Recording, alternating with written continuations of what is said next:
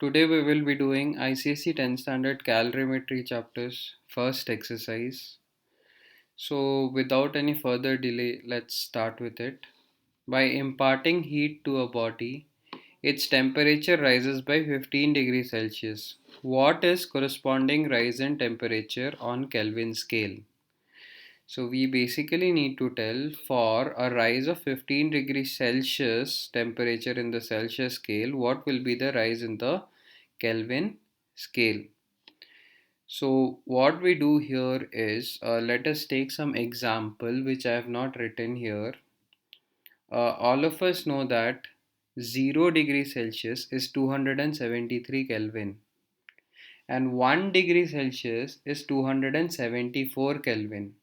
So you can see here that for 1 degree rise in Celsius, the Kelvin scale is also rising by 1 Kelvin.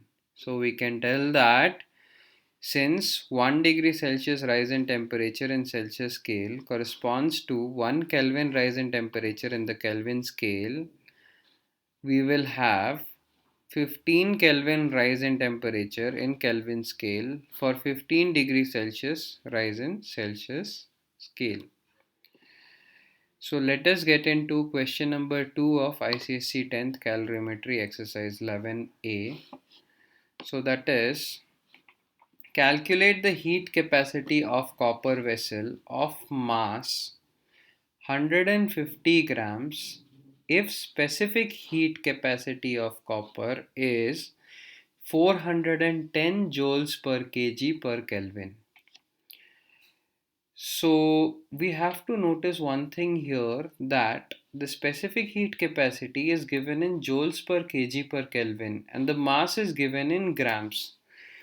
So we will have to convert either of them. I prefer converting mass. So I have converted mass, that is 150 grams, to kg. So 150 divided by 1000, we get it as 0.150 kg. Now C is given as, that is specific heat capacity is given as 410 joules per kg per Kelvin. We need to find C dash. C dash means heat capacity. Now we know a formula, heat capacity is equal to mass into specific heat capacity.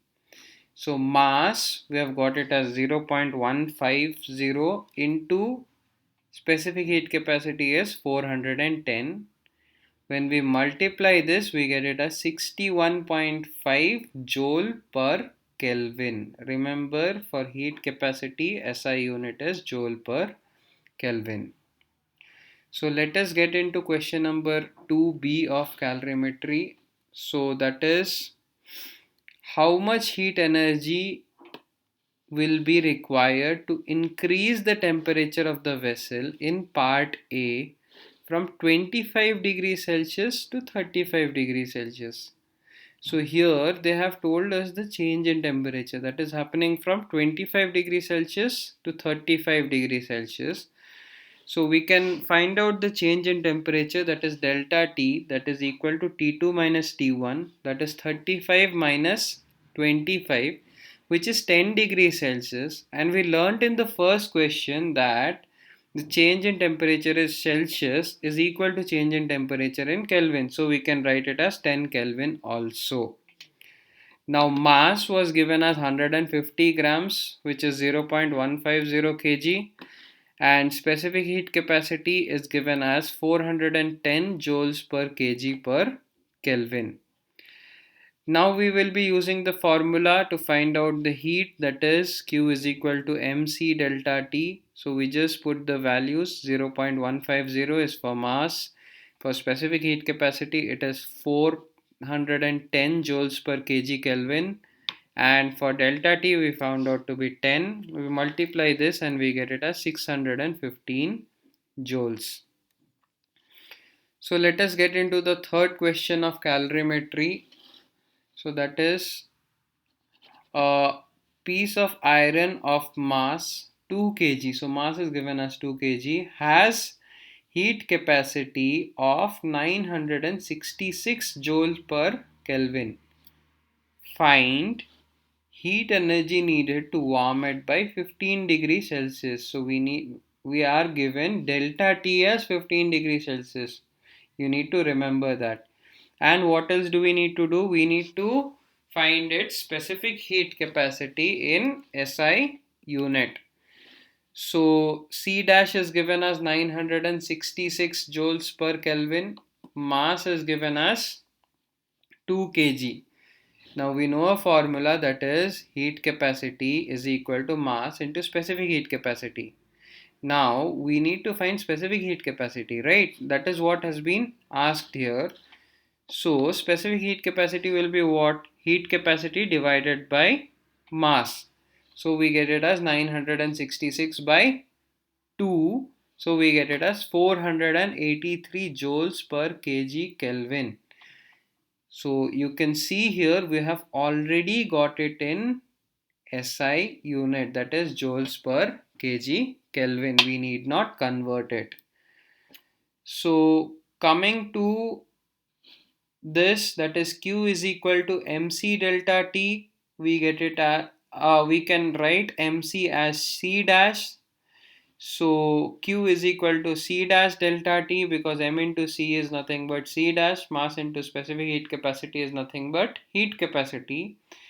So we know the value of heat capacity as 966 joules per Kelvin. So we substitute it here, and delta T we know it as uh, 15 Kelvin.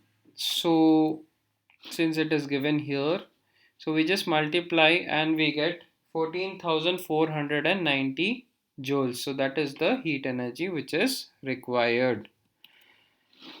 Getting into question number 4 of calorimetry ICSE 10th, that is calculate the amount of heat energy required to raise the temperature. So we need to find Q of 100 gram of copper. So this is the mass, from 20 degrees Celsius to 70 degrees Celsius. So we can find the delta T here. Delta T will be 70 minus 20, that will be 50, and specific heat capacity is given as 390 joules per kg per Kelvin. Now we need to notice one thing here, that specific heat capacity is given in joules per kg per Kelvin and mass is given in grams. So we need to convert either of them. So getting into the solution, I have converted grams to kg. So 100 grams is 100 by 1000 kg, which is nothing but 0.1 kg. Delta T is T2 minus T1, that gives us 70 minus 20, that is 50 degrees Celsius or 50 Kelvin. Now specific heat capacity is 390 joules per kg Kelvin. So we can use the formula Q is equal to MC delta T. So that is 0.1 into 390 into 50. So that gives us 1950 joules. If you guys want me to explain the chapter, how the things happen here, you can write in the comment section below. I'll consider making a video for that. So getting into question number 5 of ICSE 10th calorimetry, 1300 joules of heat energy is supplied. So Q is given as 1300 to raise the temperature of 0.5 kg of lead. So M is given as 0.5 kg from 20 degrees to 40 degrees Celsius. So delta T will be 40 minus 20, that is 20 degrees. Calculate the specific heat capacity of the lead. If you have understood the question, you can consider pausing the video and doing it yourself, because working out yourself will definitely help it in the exams. So Q is 1300, delta T is T2 minus T1, that is 40 minus 20, 20 degrees Celsius or 20 Kelvin. Mass is 0.5 kg. Now we know the formula Q is equal to MC delta T. From that, if M and delta T come to the other side, we get C as Q by M delta T, that is specific heat capacity is equal to heat divided by mass into the change in temperature. So we just substitute the values, 1300 divided by 0.5 into 20. It gives 0.5 into 20 is nothing but 10. So 1300 divided by 10. we get it as 130 joules per kg per Kelvin. You can see here the mass was given in kg and specific heat capacity also we got it in SI unit. So going to the sixth question of ICSE 10 calorimetry, find the time taken by a 500 watt heater to raise the temperature of 50 kg. So power is given as 500 watt, mass is given as 50 kg, of specific heat capacity, so small c is given as 960 joules per kg per Kelvin, from 18 degrees to 38 degrees Celsius. That means delta T is given as 20 degrees Celsius. 38 minus 18 gives me 20. Assume that all the heat energy supplied by the heater is given to the material. So in this, what happens is, we'll be using the formula which you have learnt in 9th standard. Power is equal to work done by time. Now work done can be written as heat by time. So if time goes to the other side, we get heat is equal to power into time. So that is equal to Q is equal to P into T. Remember this for this kind of problem wherein power is given, we need to take this formula Q is equal to P into T. Now delta T, as I have already told you, it will be T2 minus T1, that is 38 minus 18, so that is 20 degrees Celsius or 20 Kelvin. Now Q is equal to MC delta T is the formula we know, and I have told you how Q becomes P into T. So I substitute Q as P into T is equal to MC delta T. So what happens here is I substitute P as 500 as it is given in the question, you can see here. So into T is equal to M is given as 50 because it is 50 kg into 960, so that is the value of specific heat capacity, into delta T is 20. So when I multiply all these three, I get 9,60,000, and I take this 500 to the other side, I get T is equal to 9,60,000 divided by 500, which is 1920 seconds. Now you can definitely leave it here, but the textbook answer is given in minutes. So I considered, changing it to minutes. So here what I get is 1920 divided by 60 minutes. So that is 32 minutes. It is totally your choice whether you want to convert it to minutes or not. Since seconds is the SI unit, you can definitely leave it here. So coming to the question number 7 of calorimetry exercise 11A. So an electric heater of power 600 watt raises the temperature of 4 kg of liquid. So power is again given as 600 watt. Mass is given as 4 kg of liquid from 10 degrees Celsius to 15 degrees Celsius in 100 seconds. So delta T you can find out, that's going to be 15 minus 10, that is 5 degrees Celsius. Time is given in SI units. You need not convert anything here.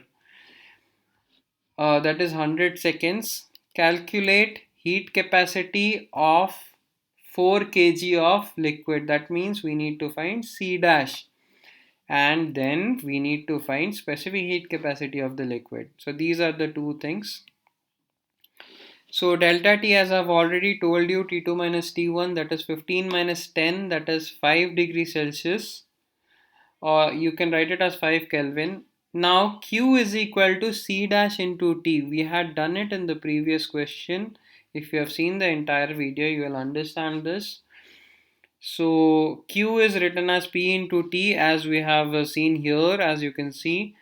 So P into T is equal to C dash delta T. Now P is given as 600, power is given as 600, time is given as 100, is equal to C dash into delta T. We found it out to be 5. So I just take this 5 to the other side and we get 120 into 100, which is nothing but 12,000 joule per kg, which you can write it as 1.2 into 10 to the power of 4 joules per kg, or you can leave it here. If you're not comfortable converting it here, you can definitely leave it here. So now we need to find specific heat capacity. So we have few ways of doing it. I have used C dash is equal to M into C, or you can use Q is equal to MC delta T also, but this would be the easiest. So M goes to the other side and you get small c is equal to C dash by M.